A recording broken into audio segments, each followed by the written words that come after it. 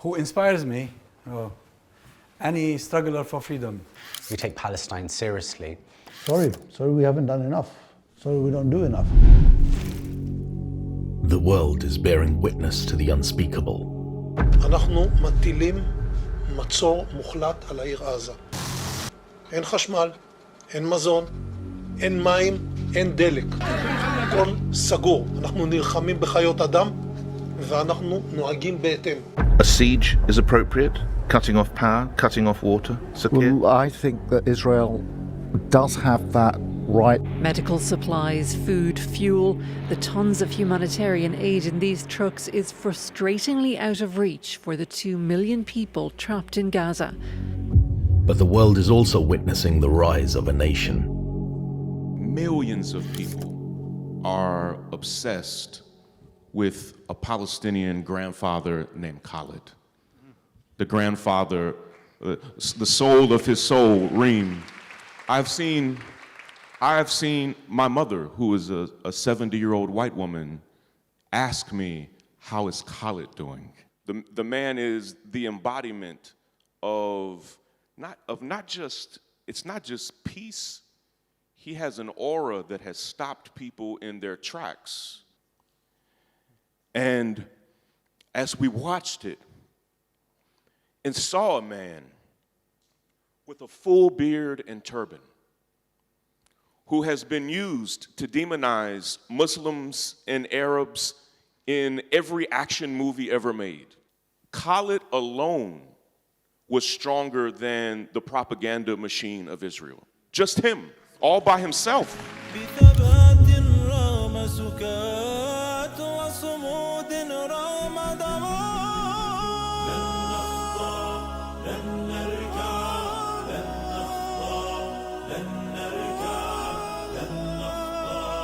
An unshakable belief in truth and justice with deep roots.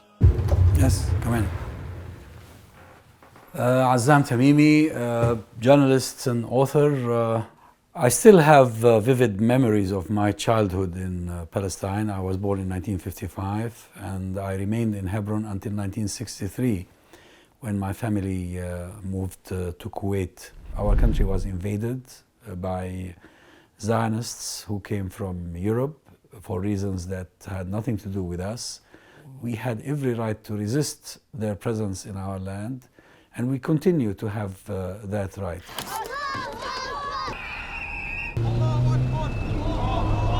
Are you hopeful to see Palestine free in your lifetime? I'm hopeful that Palestine will be free one day, but it doesn't really matter whether this happens during my lifetime or not. And what really matters is to be involved in the struggle. I mean, my grandparents didn't see Palestine free. My parents didn't see Palestine free. I may not see Palestine free, but maybe my children or grandchildren will, inshallah, see Palestine free from the river to the sea. A hope that resonates across continents. لو سجنوا جسمك يا محارب أو غطوا منك العيون تبقى الحر ويبقى الغاصب بديارك هو المسجون عهدا منا نوفي الدين ما ننساكم أسرانا أن وياكم صمدين يوم الفرح But this hope must be organized. Why do you care about Palestine? I think as human beings, we all must care about Palestine. It's really one of the humanitarian issues of our time. It's one to do with human rights, of humanitarian law, of some of the most gross injustices. So whatever background you come on, I think it's really important that we take Palestine seriously.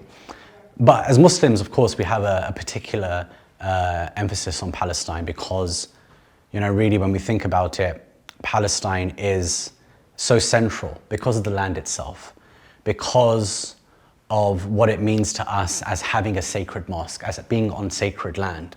As Muslims, it's so important for us to understand that we have a responsibility that is tied to our faith, our worship of God.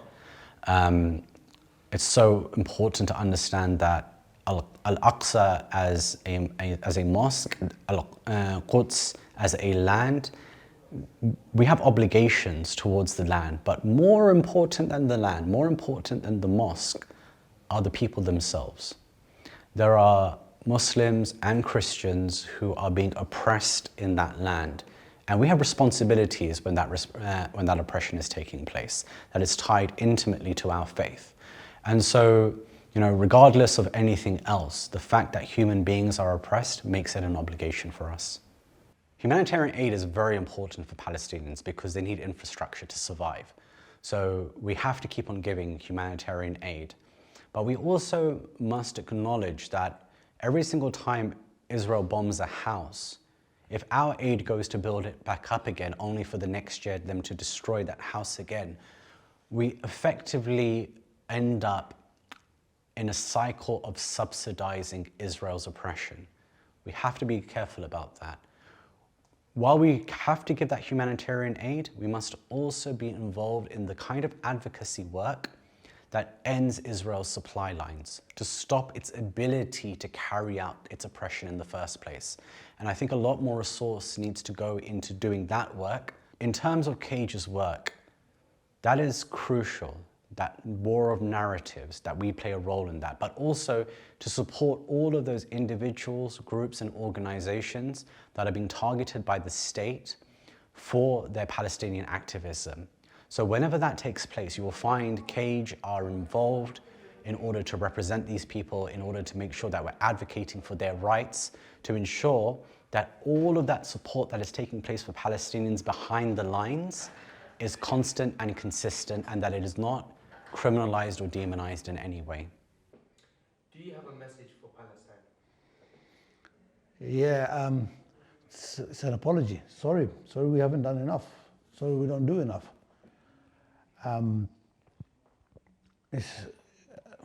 What message can we give Palestine?